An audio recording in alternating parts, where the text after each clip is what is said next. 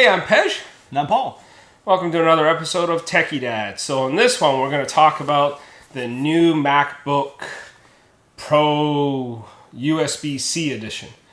I don't know what they call it. It's the one with the touch bar. Yeah. So it's a little thinner. It's silver spacey gray. It's the best they've ever made. Yeah, it's magical, and it has 4 USB-C ports and a headphone jack, which I was very surprised by. It's very light on the side. Yeah. Yeah. So slots for anything. Yeah, we'll have pictures of this. So, first impressions. I've had this a couple of days now. Yeah. It appears a little bit thinner than my 2012 edition. Right. And I looked at the 2013 edition. Maybe a little bit thinner. I can't really tell. Here's what I can tell you. It's thinner than the Air, though, right? That's what they're saying now, or as thin as. Yeah, I think it's thin as. I mean, the reason you got the MacBook previously was because it had a ton of bells and whistles. The bells and whistles aren't really here anymore. Yeah, I think that's a. Well, it's the speed bump, right? Maybe. I guess. Maybe. So let me tell you my first impressions. You will have to buy a dongle for pretty much everything, unless all you're going to do is look at this screen.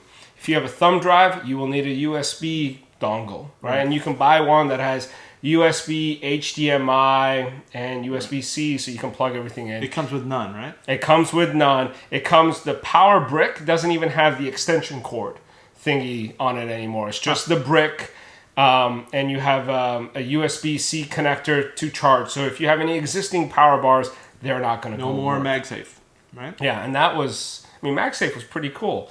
Yeah. No HDMI, no SD card. And I know Apple said that, hey, people don't use SD cards anymore. They wirelessly transfer photos.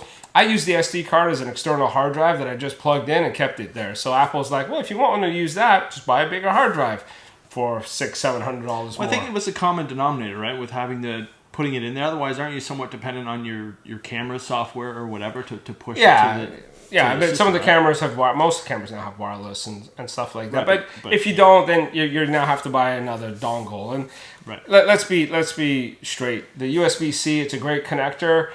There's not a lot of USB-C devices. Those devices are slowly coming in. You're going to need a dongle for everything. This is a future-looking laptop. It's very future. Right? It's so future that nothing works with it right now. Right, so maybe in the future it'll work. In the future it'll work. 3 years. So here's a fun fact. So I have a beautiful Dell monitor at work that has a Thunderbolt connector to DVI, which is fantastic, right? Because you just take it and plug it in on your old Macs or modern PCs. But those don't work with this because I have to get a Thunderbolt connector. The standard Apple pushed forever Thunderbolt. Yeah, and they don't have a Thunderbolt to USB-C dongle right now. So you have to get third party if you want one right now. So it's kind of like, so if you have an Apple display that's Thunderbolt, you can't use it. So it's not even compatible with their own equipment. I mean, you know this from your iPhone 6 and 7 and whatnot. They don't work with this. So pretty much you're going to have to buy a dongle for everything. Let me quickly touch on the touch bar.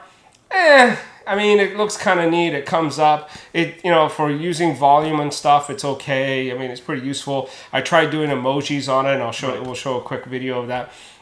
No, I mean, I'm going to use the trackpad and the mouse to find the emoji that I want. Emojis, like, there's the worst application for it. But pretty much. I mean, having looked at it the first time, and we'll have to look at it in different apps, but it was very monochromatic, kind of gray, like the keyboard. Like, at first glance, it kind of looks like the other keys at the top. Yeah, and I think some of the Apple apps like Keynote, Numbers, Pages, they all have an interesting item on it, but I'm like, very rarely I think I would use it. I think as more apps come and it gets smarter, maybe. Right? Like, I mean, on Keynote, there's a new slide button, which I'm like, I can just hit that plus sign on the screen. So is it a true efficiency gain or is it a gimmick? I think really the bottom line. Yeah, I think that's a TBD right now, based on what's on there. No, if you hit the function key, all the F functions come up. So you have no escape key. No escape key. Well, I have the touch, and it better show up, and then. So I wonder if the app ever crashes, if you'd be able to get the escape key to force quit. It hasn't crashed. I haven't pushed it yet to crash like that, but that might be a good test. That's a critical key to get at. That's a very critical key. Anyway. The trackpad is huge. Like, that was the first thing that when you pop it open, you're like, look at the size of that thing. Right. The keyboard, it took a little bit, but it's actually very nice. Okay, so you don't mind the less travel, right? That's the big complaint. No, but it is noisier. So it's more, if you're used to a mechanical keyboard, it's not quite there, but it's a nice hit. It responds relatively quickly. Right. It's flusher than the other keys. So to your point, it's more in line, but it's a nice response. But if you're on a conference call and you use this as your conference call with the microphone and no headset, then you're going to be the guy in the corner who's loud typing, right? So don't type. Right. Just open it up for a second, just so people can see the. We're gonna show pictures. Yeah, we'll show a zoom in of it. Yeah. But I mean, that's like a half of the surface is allocated for that touchpad. Yeah. That is huge. And surprising enough, like I like to have my thumbs over the trackpad. Right. And it hasn't caused a lot of travel wear on it, right? So it's responsive. Yep. The best feature so far is in the top right hand corner. It says unlock with Touch ID. So you got a little Touch ID sensor in there. So you hit that and bam, the system comes in, which has been on PCs 10 years. Yeah, Lenovo or IBM even had it. Yeah. So, but I mean that's new to this, and it's kind of interesting. No touchscreen, so maybe the next version we'll have to see what happens. I doubt it. There you go. So first look at your space gray MacBook Pro USB-C edition. Touch bar. I'm Pej.